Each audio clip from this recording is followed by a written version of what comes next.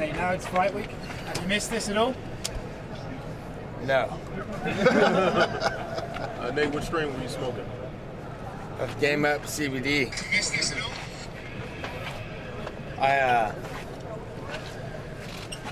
I gotta smoke the weed after the fight, so I had to smoke Game Up CBD. So what was that? CBD by Game Up Nutrition. It's good for you. Hey Nate, on this note, when are you gonna get a cut of that Aurora sponsorship? You got another one of those? Yeah, Aurora. That was a good move. Yeah, we're working on it. Nate, what is this house you're staying at during fight week? It looks pretty unique. Yeah, I get a house on the over on the water because it's hard to sit in and the hotel room's cooped up. You know, you go to get a coffee or water or something, and you run in 5 different fighters and a bunch of people. So it's like I like that too, though, to pop in and pop out. I like to have the option. Have you ever really done that before, or have you always stayed in the fighter hotel? No, in Vegas I had a house for my last 2 fights, and in Orlando, yeah, I usually get a house. I've been in this game too long, too many fights. After a while, you're just like I would like to kind of like step out and step in when I'm ready instead of just staying the whole time. It's kind of a mess. So, but even just staying out there, I was ready to get over here to the hotel just to get the fight feel more, and then it feels good to be here.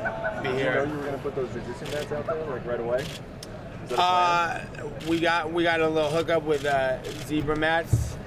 Is it zebra mats? Yeah. Yeah, they could have done that. No, we hollered at them. They hooked up the mats in our gym. So then we hollered at them that were in town and got some mats. Cause it's harder to get to gyms. It's like places are like 13 miles away and take an hour to get to here.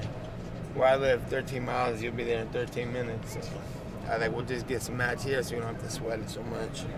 Nate, what do you think that all these fighters now have CBD sponsorships? The UFC has a CBD sponsorship.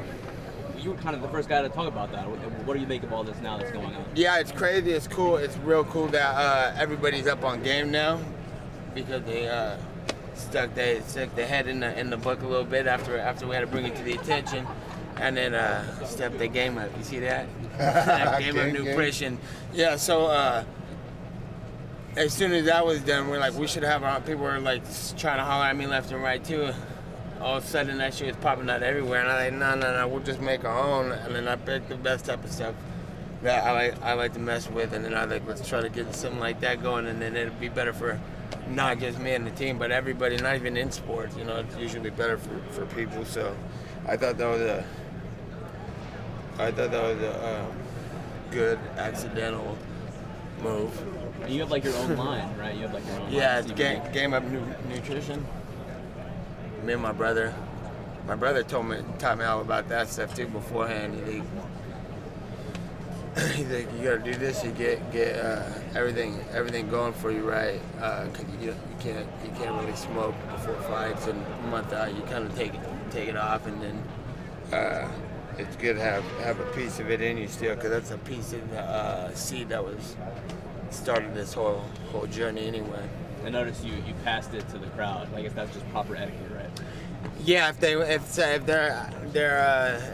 that was my friend, he wanted to hit it too. So like, all right. But I said pass it around. Yeah, it's good etiquette for sure. Nate, on the note of your brother, at this stage of your career, what is his impact and involvement in your career and in your life outside of you? My brother is responsible for anything I've even done at all. You know, he's the one that is like. It's crazy what he's done and how he did everything, because he just knew what he was gonna do since he was a kid. I mean, when he started fighting martial arts, and he was like, I'm gonna do this, I'm gonna go here because this guy's here training people, and then he just was like, I'm gonna take a fight, and he's a 15, 16-year-old kid. And I'm like, who thinks like that when they're a 16-year-old kid? And I was just a kid sitting at the house watching him do it, and then doing my own thing. And then I was like, all right, well, since I don't got much going on for me, I'll just do follow the rules. So the whole impact is from him.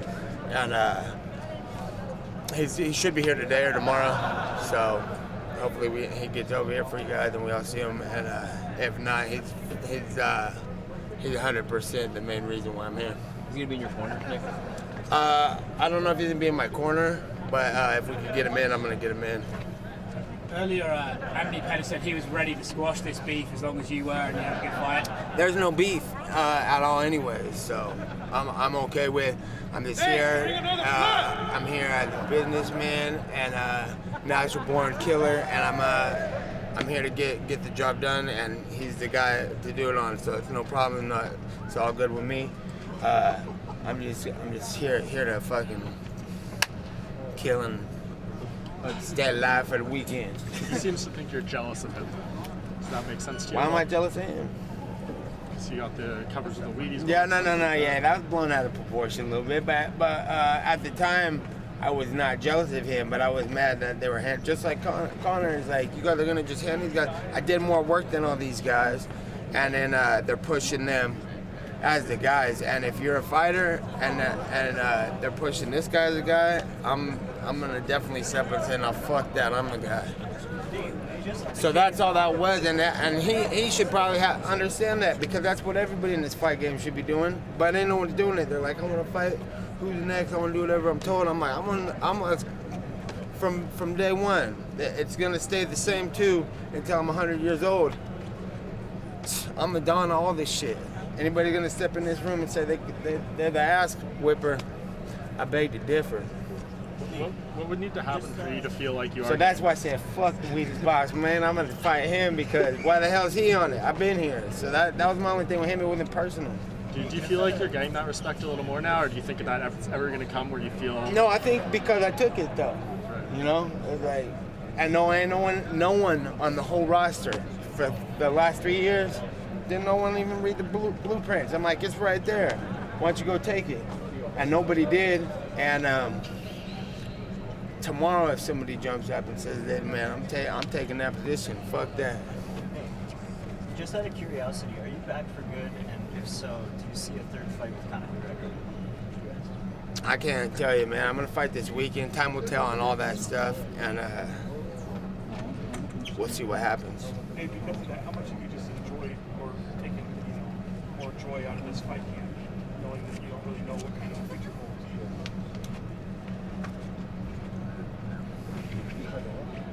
you? Training for a fight. How do you see the fight with Anthony going? Obviously, he's a great kicker. Some people have said that you can sometimes get hit with the leg kicks. How do you actually see the fight playing out? We're gonna have to get out there Saturday and see what happens, but I'm aware of what he's gonna try to do, but could be completely opposite way. Who knows? You know.